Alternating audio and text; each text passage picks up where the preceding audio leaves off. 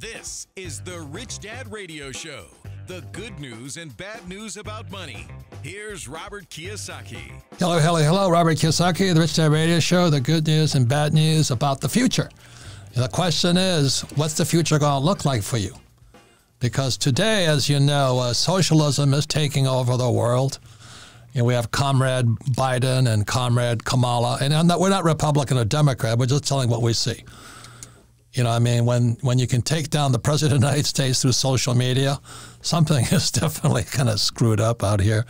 Parler gets taken down. I mean, if this is not the Communist Manifesto, I don't know what is. So I'll probably get taken off for saying this, but I'm just telling people how to see it. But the future is very, very bright if you're prepared for it. That's all we've been at Rich Dad, the Rich Dad Company. So today we're going to be talking about how you and your family, especially your kids, because as you know, I just can't believe what's happening. It is beyond my little pathetic brain. Why are the school teachers not teaching when the kids are the most important people? And you're the least. I'd rather hang out with kids than at the supermarket. Do you know what I mean? I'm going. But they're not working, but they want pay raises, the school teachers. That's my poor dad's mentality, head of the teachers union. So I'll probably get delisted for that one too. But anyway, the future is very, very bright, but the future is going to be different than it was in the past. So today we're going to be talking about real financial education, not that BS the financial planners teach you. You know, save money and get out of debt. That's definitely what we do not do. But it's financial education. Any comments, Kim? Yeah, well, the question that we always ask is why do the schools not teach you anything about money? And they still don't. And it's really up to the parents and relatives and families to teach about money. But the problem is the families don't know anything about money. So we're going to talk today about how families can learn about money, how kids can learn about money, and it can be fun and it can be entertaining, and it doesn't have to be this numbers and all of this stuff. It can just be a really great way to learn. And when there's a dollar sign, I know for me, if there's a dollar sign attached to it, I'm really interested. Yeah, I'm more interested with a one with a dollar in front than one with a cent behind of it. I didn't do well in school, but I knew the difference between $1 and 1 cent. But I was a genius when it came to that. And the way my rich dad taught me about money was very simple. I had to work for him for free. I was 9 or 10 years old. Because if I pay you, you'll think like an employee. I want you to think like an entrepreneur. And my poor dad, the head of education for Hawaii, was an employee, PhD, poor, helpless, and desperate. So when I came home and I said to my dad, my poor dad, I'm working for a rich dad for free, he went ballistic. I'm going to sue him. You know, I mean, that's child labor. I went, no, it's called child education. So I would work for my rich dad for about 45 minutes to an hour, you know.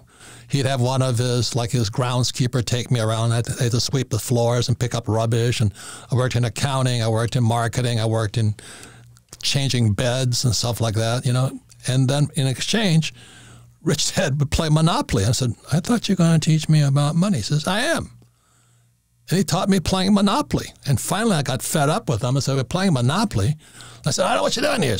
He just cracked up. He says, you can't see it, can you? I said, no. I'm 9 or 10, you know.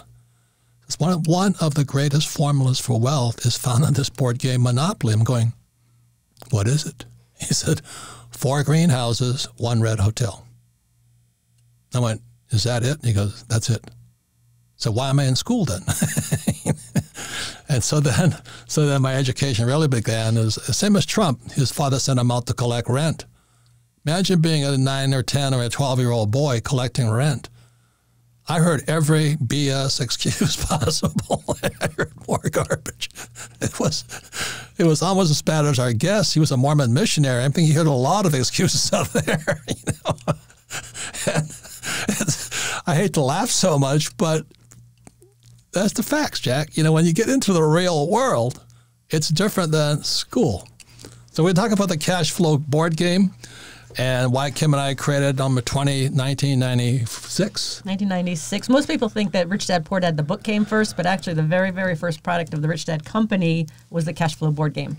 And it came about very simply because in 1994, Robert and I were financially free, and everybody kept asking us how we did it because we didn't sell a business, we didn't have millions of dollars, we didn't have a retirement plan, we didn't have any of the traditional financial tools that most financial planners recommend. And we had no mutual funds or ETFs. Mutual funds. But we did have the lessons from your Rich Dad. Yeah. And that's how we did it. So this is what Rich Dad, Poor Dad was about. It's called a financial statement. They don't teach you this in school. This is income, expense, assets, liabilities. And the mistake here is that my poor dad was always on the high-paying job, and this was my rich dad, assets. Assets put money in your pocket whether you work or not. So this is what Kim and I, we had businesses, we had real estate, we had no paper, no stocks, bonds, mutual funds, or ETFs, and we had a lot of gold and silver. Today we have Bitcoin. So that's all it is. I wish I could say it was harder than that, but for $25 today, you can buy a silver coin and you're in the game. You're in the asset column. Bitcoin's a little bit more expensive, but you can chunk it down with Satoshis. But anyway, it's so easy today, unless you're doing the old thing, which is go to school, get a job, work hard, save money, get out of debt, pay taxes, and invest for the long term in a well-diversified portfolio, stocks, bonds, mutual funds, and ETFs. I don't do any of that. So that's the difference there. So the cash flow game is to help you and your kids think like a rich person, think more about assets versus income. And that's how come we created the game, because everybody kept asking us, how did we become financially free without all these other resources? And so we thought, instead of talking about it, let's put it in a game. We love games. Let's make it fun. Let's make it entertaining. And so people actually are learning. They don't even know they're learning. They're learning while they're having fun. And they can have, and the kids don't want to kick their parents' butts anyway, because the reason is kids don't have brake pads on their brains. Their parents, when they play cash flow, the brake pads are smoking, man. They're brake. You can't do that. It's so risky. You see all the behavior come out. Oh my gosh, all those thoughts, all of that. So we have a Rich Dad advisor, Andy Tennant, with us how many years now? Andy, 20-something years. He's been teaching for us. We teach all over the world. And your book is called Stock Market Cash Flow and 401 Chaos. I mean, you love the 401k plan. But most importantly, you practice what you teach. You and your kids and your wife play cash flow, right? I mean, that's how you're teaching your boys. That's exactly right. We played cash flow since they were able to really be old enough to understand the game in the smallest way. And it's grown. We have cash flow parties at our house, and it's a lot of fun. It's interesting. I had a young man just Sunday come over. He's 18 years old, and he had some money put away, and asked his dad, what should I do with this money? He says, go ask Tanner. He seems to know about this stuff. So he said, I don't know. I probably ruined him, because I think he's going to go home saying, Dad, I'm going into debt as fast as I can. Well, don't do that. Don't do that. But Robert, we had this conversation the other day. Robert's a Marine, and I'm kind of an evangelist. So I'm kind of a preacher in my nature. He's a Mormon missionary. I told him I'd rather kill people than save their lives. And I'd rather baptize people. Robert would rather. We'll both get delisted either way. But I'm quite an evangelist for the cash flow game. I tend to get emotional when I talk about it, because we're here. It's very, very simple. We're here to elevate the financial well-being of humankind. That's everybody. Every person, regardless of where you're at now, where you come from. And I really believe that the best way that context shift starts, that mindset shift starts, is through this tool, the cash flow game. We can talk about why I think that is, but in short, we played it a lot, and I'll be excited to share with you how it's impacted my kids and my family and our friends, and it's been great. Yeah, and one more thing is that, like Andy is expert on paper. I'm not against paper. I just don't touch it. The reason is Kim and I make more money on the business and real estate side, and we use debt a lot because of real estate. Now, we're not saying you should follow us. The purpose of the cash flow game is find out what works best for you. If it's stocks, bonds, mutual funds, and ETFs, please do it. One more thing that I'm cautious about, and Andy is an expert at, is that we make more money when the markets crash. That's right.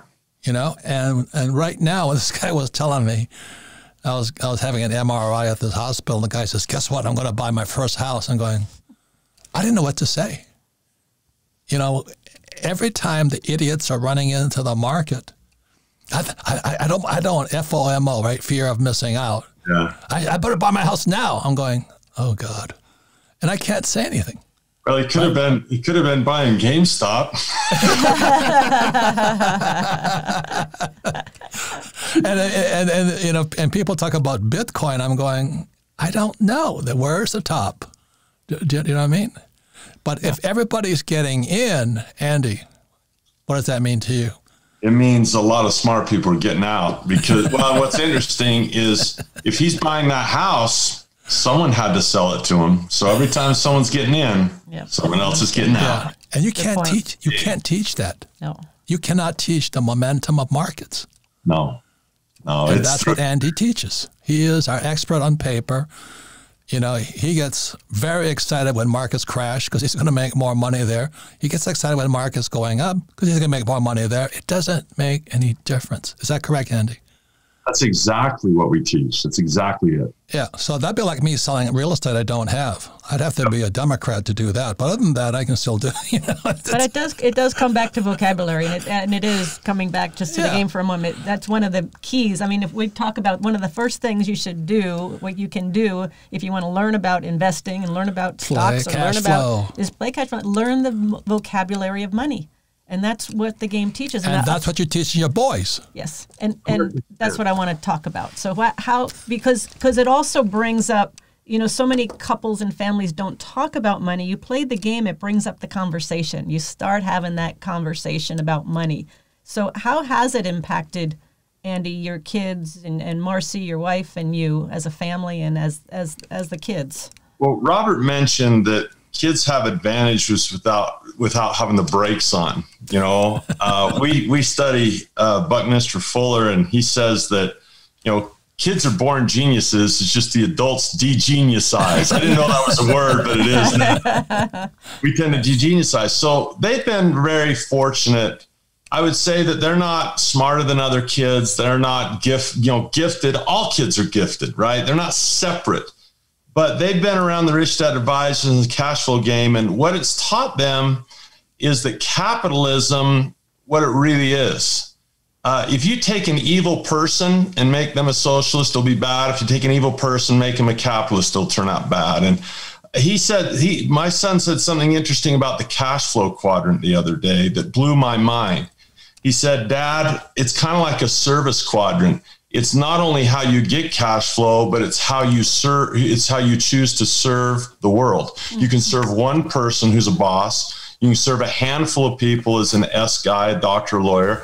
You can serve a whole bunch of people as a B. But if you're Warren Buffett, you're serving Coca-Cola around the world. That's pretty, so they think about, they think about it in terms of the entrepreneur's job and the FSer's job is to say, how can I make this person's life better at a cheaper cost? That's this, sir. It is. If you're evil, you're evil. You're honest, and you're a crook, right? Choose your quadrant. You'll suffer those consequences anyone you choose. Yeah. And you mentioned Buckminster Fuller, which is one of his philosophies, one of his tenets that we've followed ever since I've known Robert. Is the more people we serve, the more effective we become. Right. As to what your son is saying. So now they see the world through, and here's the difference between Monopoly and the cash flow game is Monopoly's played on the board with a little car, and certainly there's elements of that in the cash flow game, but the where the game is really played is on that financial statement Robert was holding up. And so they became very, very fluid and very, very comfortable with income, expenses, assets, and liabilities. And to leave the rat race in real life is to get a passive income that is greater than the expenses. And the cash flow game takes you through that journey in a simulation over and over and over again. You're allowed to make mistakes. The context of mistake making has been huge because they've learned, well, you know, if I screw up and I go bankrupt, there's another game tomorrow. I'm not hurt by making a mistake. I'll learn from it and, you know, apply what I learned next time. And it's amazing how, you know, how children, particularly, I'm kind of an evangelist that way. As a father, you know, that's my number one goal is to be a good dad, right? Hopefully a rich one too, but a good dad. And And so the friends come, and the house becomes a place where we gather and play this game. And I had one where I said, okay, everyone's got to bring their parents. And you talk about those brake pads smoking, Robert. It was incredible because we had the kids on the floor playing the game, and then we had the parents sitting on the outside just observing. And it was blowing the parents' minds watching their kids get rich and become smarter than they were in about 2 hours. Wow. It was a mind blower. And then pretty soon the hands are going up on the parents, and they're trying to coach. And I'm like, just let it go, let the game, let it go. It's something I would say experience and play it a few times, and then you'll know. But it's kind of, I imagine, like when my wife says what it's like to have a child, I have no idea. You know, I've had a kidney stone. That's probably close. I don't know. But until you've actually played the game, it's hard to be an evangelist for it. We just encourage people to play it, because you can read books, and you can listen to tapes and audios, and go to speeches and lectures and YouTubes and podcasts, and, you know, all the click, all this stuff. But if you just shut off your electronics, okay, just shut them off for a little while, get a bowl of popcorn, get some pencils with big erasers on them, and just have some time as a family, as Kim said, facilitating a conversation about money, which is not taboo. It's a healthy thing to talk about. So when we come back, we're going to be talking more to Andy, and then also to Alexandra Gonzalez, our millennial money expert here. But we're going to be talking more about when I played Monopoly with my rich dad. You know, what I was engaging was my 4 intelligences. And we all have 4 intelligences. And so we'll be talking about this when we come back. The trouble here is the reason most poor people are poor is they don't have the financial vocabulary in their head. They don't have financial literacy. And second of all, emotionally, they're constipated. They need some, what do you call the Kiyosaki or something, because they're so constipated. They've been taught, don't make mistakes. If you make mistakes, you're stupid. Which stops all learning. And stops all learning. So emotion of fear gets to them. When the kids don't have this. The brake pads are off. And they're learning. And it's physical learning. They're doing.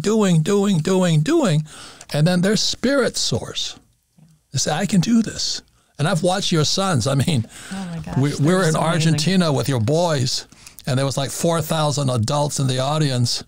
And your youngest son, David, goes up there and explains infinite returns, how you don't need money to make money. And there was a hush that came over the audience, all these old guys going, ¿Qué pasa? What is this kid talking about? You don't need money to make money? That's financial intelligence. We'll be right back. Welcome back, Robert Kiyosaki, the Rich Dad Radio Show, the good news and bad news about money. Today we're talking about the future, how the future's very, very bright for some people. And we're actually in a depression for everybody else right now. I mean, you cannot just keep printing trillions of dollars, raising taxes, crushing jobs, and artificial intelligence is coming along, and pretty soon you won't need a driver for your car because the car will drive by itself. That means 3.5 million truck drivers and Uber drivers are out of work. So the idea of go to school, get a job, work hard, save money, invest for the long term in the stock market, it's obsolete. So that's what we're talking about, the cash flow board game. But more important, we're talking about why the games are important teachers. As again, we have 4 intelligence: mental, emotional, physical, and spiritual. That's like you want to learn to play the game of golf. You have to have all 4, right, Kim? That's right. Basketball, the same thing, right, Andy? Yeah. You can't can you read a book and play golf? No. No. And if you're afraid of making mistakes, can you learn to play golf? Make mistakes every hole. So those are the differences here. So we're going to be talking about the 4 intelligences. We have Andy Tanner, but we also have a young woman I've met her since she was this big. And her father and I are very good friends. Her mother and I are good friends. I mean, we traveled the world together. As Alexandra Gonzalez, she runs Millennial Money for the Rich Dad Company now. She's turned into an asset for our company. I mean, she produces a lot of money for us through social media. And she's fantastic, and she's learned a lot. So, Alexandra, what was it like traveling to, let's say, Argentina? There was 4,000 people in the audience, and Andy's 2 boys stood up. I don't know, how old were you, David and Zach? I think David was 9 and Zach was 11. Yes. And I'm going to interrupt for 1 second because Alexandra was brought up with Cash Flow for Kids, which is the kids version of the game, which is like ages 6 to 12. Yeah. And that's where she started. So that's how long ago you were part of the Rich Dad company. Yeah. So Alexandra's mother stood up there and explained how she took an 8-plex in Florida, smartest investment she ever made today especially, and she turned it into an infinite return. She has no money in the deal, but she's making cash flow. That's what the name of the game is called, Cash Flow. So Alexandra did that, her mother did that, and then David and Zach stood up and they explained infinite return. So to adults, what was your experience of that, Alexandra? Well, thank you, Robert and Kim, for letting me on the show. And that experience for me was incredibly eye-opening and very spiritual, like Andy mentioned. And Andy, you're doing an incredible job because I know your kids will be eternally grateful that you're teaching them and their friends because your circle is your wealth. And I know that they'll be incredibly grateful because I am with my parents.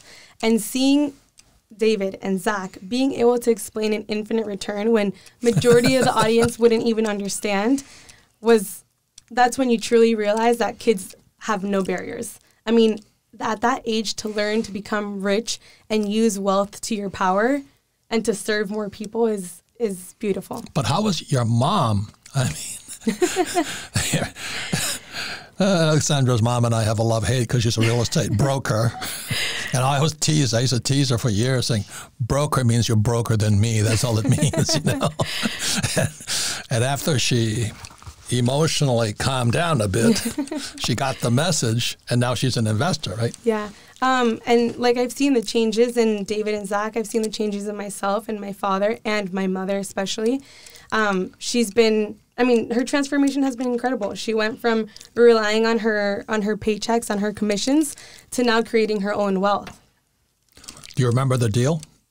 Yeah, it was. I've actually gone to visit it a couple times to help with like remodeling and stuff like that. It's an 8-plex, right? It's an 8-plex in Fort Lauderdale, and they're thinking about buying the one next to it as well to expand it even more.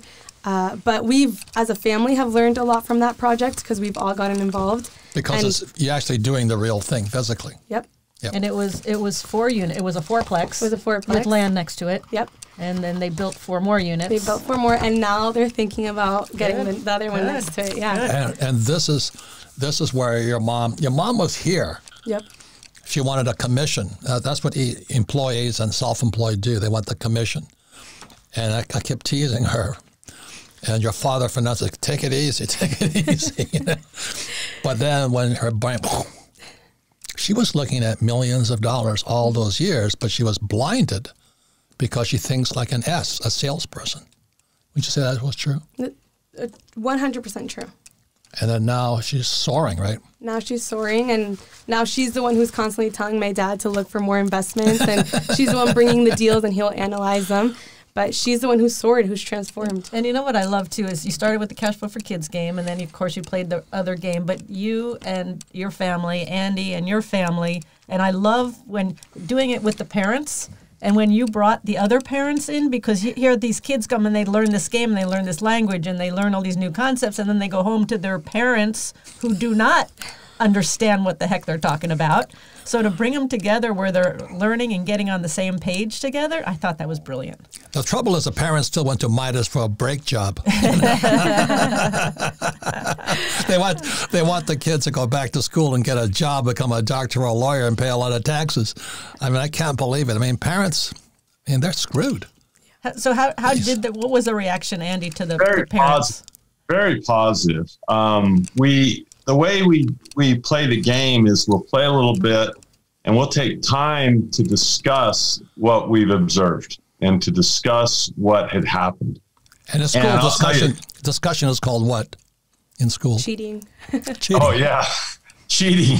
Looking on your neighbor's paper. But the parents, we're all good friends. You know, I've coached their kids and it was so fun. In basketball. Yeah, it was so fun because I know they have great basketball aspirations, and sometimes you're limited vertically. Some people are and things, but there's no limits to what you can do as an entrepreneur? Absolutely no boundaries. And the parents, extremely intelligent people, extremely positive, and they were having the same shift. They were like, wow, we want to do this more. We want to do this on a regular basis. They were more than thrilled to have their kids learning it. They could feel the magic of it. And I'll just tell you, every time we talk about, the experiences of my boys, I feel inside to emphasize that there's an illusion because, like I say, well, there's 4,000 people and it's in Spanish and all this is going on. You got these two little kids and it seems out of place because it's not normal. But I have to tell you, we're an average family. My kids are average kids. They're not like, it's not that they're geniuses. Like all kids, all of them can do that, all of them. And so it would be a misperception to say, oh, they made this. No, it was the cash flow game. And the only reason he understood the concept of infinite return is he's played that game, so many times that it becomes one, like an integer, like integrated into who they are. And so they can follow, the advisors, they understand Garrett and Tom and Kenny and Blair, Josh, Lisa, they understand what those guys do, and it gives them a choice.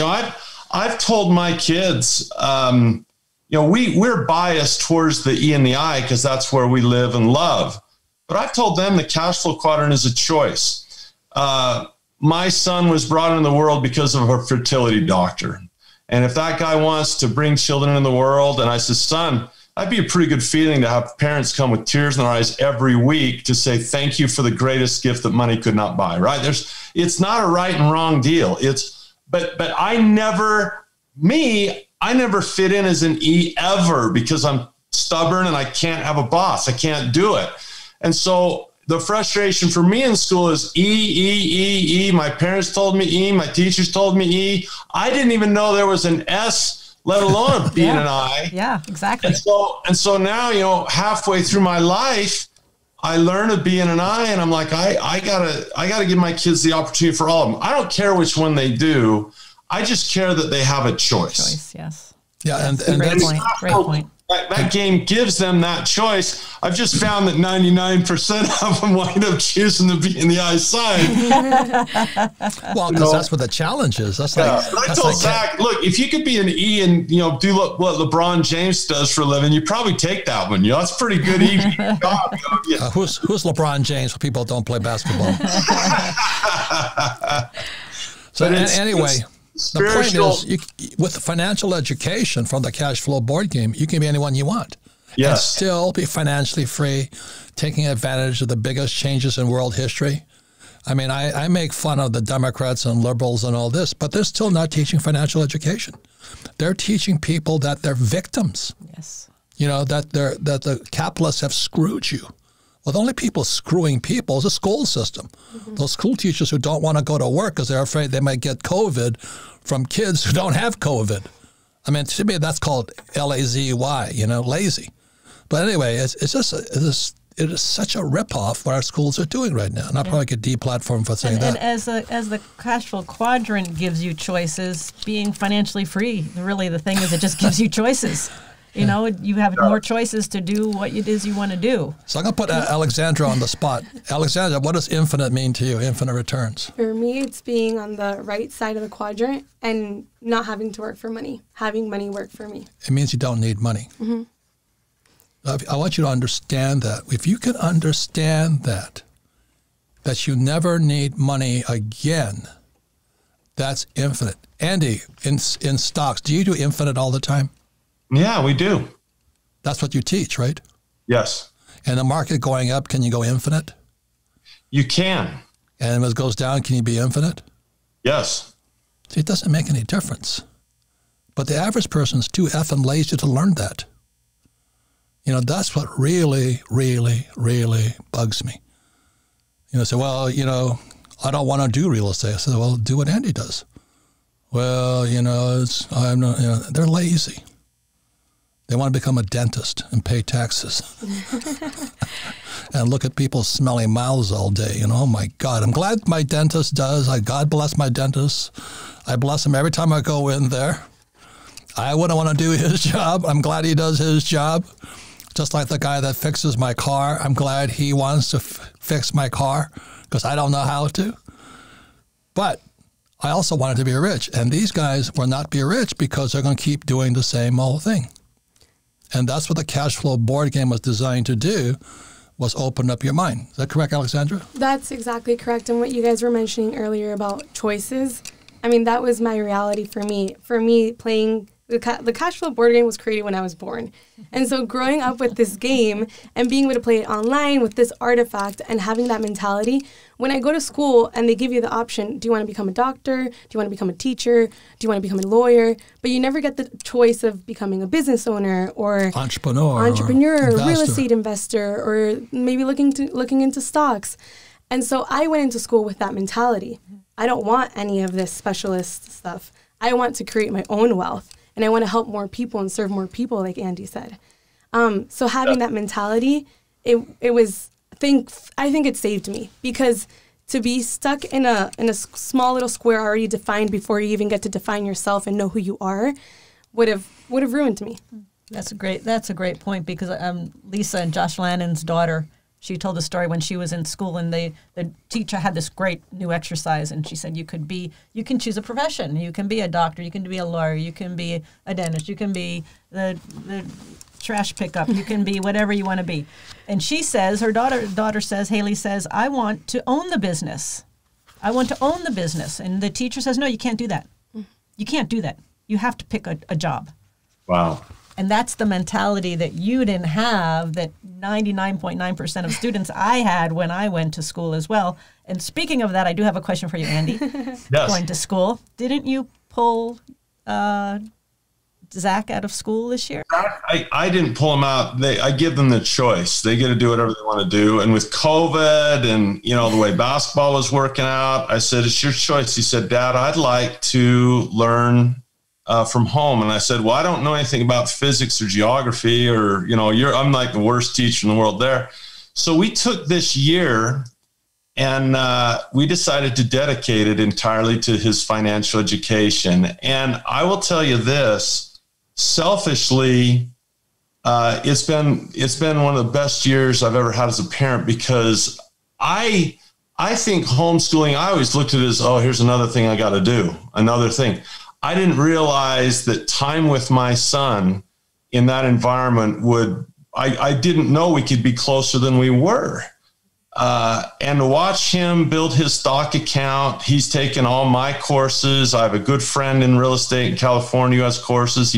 He was kind. He said, Andy, I'll give you access to all that stuff. So he does an hour of stocks 3 times a week. He does an hour real estate every day, because he's leaning more towards real estate than stocks. He does business education with me in my business. We do our webinars together and we teach together. I actually have him on now with many of my programs teaching with me, because that's how I had to learn, As a teacher, my father was a teacher. He's one of the best I've ever known. He was gifted as a teacher. And I think that was instilled in me. The idea, I think people get capitalism wrong, that it's like, I want money, I want rich. Well, think about it. How many people do I get to teach? I think my dad, would someday maybe be proud. He's like, wow, my son has taught people in 108 countries. It's about reaching more people, lifting others. And if I could give my sons that mindset of, investing, son, means you put money in, you're vested, you're putting money in, you're helping, you're serving. It's not what you take out, it's what you put in. And if his mindset through playing this game says, I don't want to provide housing for one person, I want to provide housing for 10,000 people. I don't want to build a product and help one person, I want to help 1 million people. When you take an attitude of service, your opportunity as a capitalist blooms, because you're inspired to lift the world at cheaper costs. And so that's how I teach capitalism to my children, is it's about serving others. It's that simple. If you don't serve others, you won't last as a capitalist. Right. So final Excellent. words, Thank Miss you. Alexandra. Know that I'm eternally grateful for you guys and for the wealth of knowledge that you guys spread all over the world. If it wasn't for the CASHFLOW board game, I would not be here sitting here today. I remember when I moved here, I didn't even ask if I was getting a paycheck or not, because I grew up with that mentality of just like working to learn and not to earn. And I see it in the conversations I have with my friends when they're talking about how much salary they're going to get or their bonuses or their 401ks. And I'm like, that has never been a reality for me, and nor would I ever want it to be. And so I thank you guys for having my mind be limitless. Good. Like the options and choices are limitless. What you said Andy's favorite word, 401k. Sorry, Andy. Oh, you're killing me. Andy, tell the world what you really think of that 401k. Oh, how do I get you listed with Robert by association? So I would say the word suck comes to mind first. 401ks just suck. We could have another show on that, but they're just not. Don't get me going. Let's just keep it simple. They suck. How about that? Well, they're not designed to make the investor rich. Mm-hmm. Never were. They're designed to make Wall Street rich. Yeah, and it's the 401k in the U.S. What is it in Canada? The RRSP. RSP, Australia. Superannuation. Yeah, Superannuation in Australia. Yeah, in Japan, they even 401k. Well, they copy 401k. everything. Yeah. So with that, Andy, thank you for being a great teacher. Thank you. Thanks for inspiring your two boys. And I want to thank Alexandra. Thank your mother and father because they've really done a great job with you and your other sisters. Thank you. And so that's the future. The future is extremely bright, but you got to let go of the brake pads. Thank you all, and we'll be back with our final words with Sarah. Thank you. Thank you. Thank you. Welcome back, Robert Kiyosaki, the Rich Dad Radio Show, the good news and bad news about money. You can listen to the Rich Dad Radio Show anytime, anywhere on iTunes, Android, and YouTube, as long as we don't get deplatformed like Parler. And then all of our podcasts are archived at richdadradio.com because repetition is how we learn best. If you listen to this program again, you'll learn twice as much. But more importantly, listen to it with friends, family, and especially business associates, because if you have a financial business partner that's an idiot, there's two idiots. And so it's better if you have great partners like we do with, Tom and Garrett, Andy Tanner, Kenny McElroy, Blair Singer, Josh and Lisa. You're only as good as your team. And that's one of the most important things, that you have a bad partners, and Kim and I have a number of them.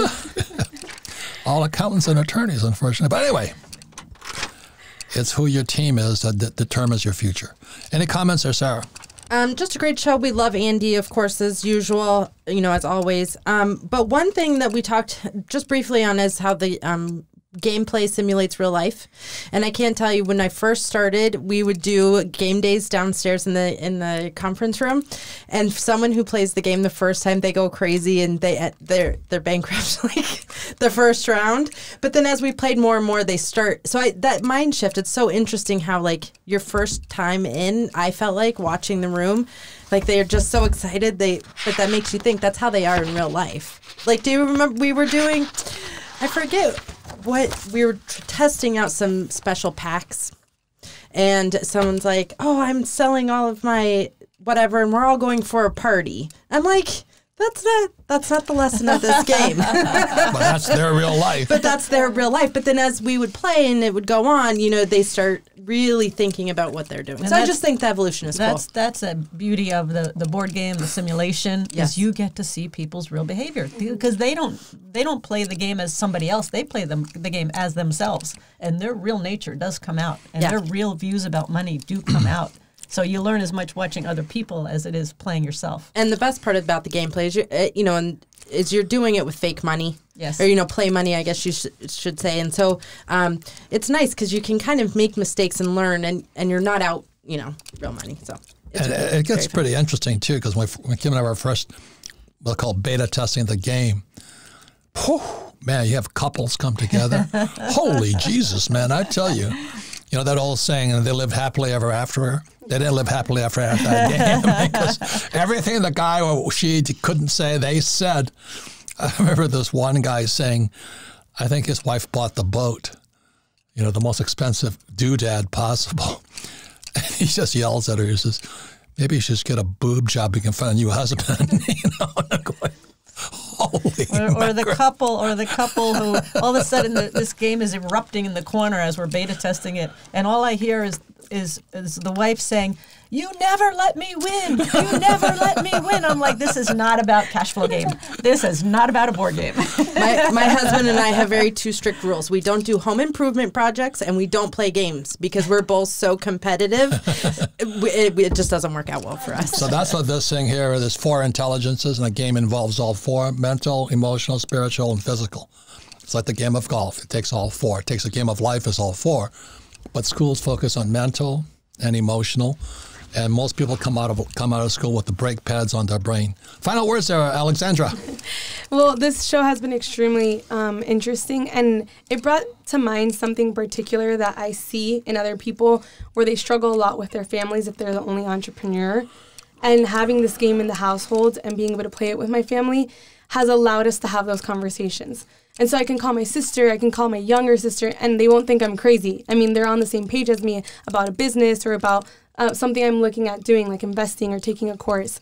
And we all jump on the same train, like, let's all take that Ken McElroy course. Let's all invest in silver, you know? So I think that has been, like, the biggest gift of all, too, because we've grown as a family, and that has allowed me to grow as well, because I can't even imagine having my family against my dreams. And what's frightening is that you were born the year Kim and I developed this game. That's scary. That's a little scary. But that's great. We do recommend, I mean, families play it together. Yeah. Business partners play it together. We always say if you're about to get married, make sure you play it with your to-be spouse. Or ex-spouse.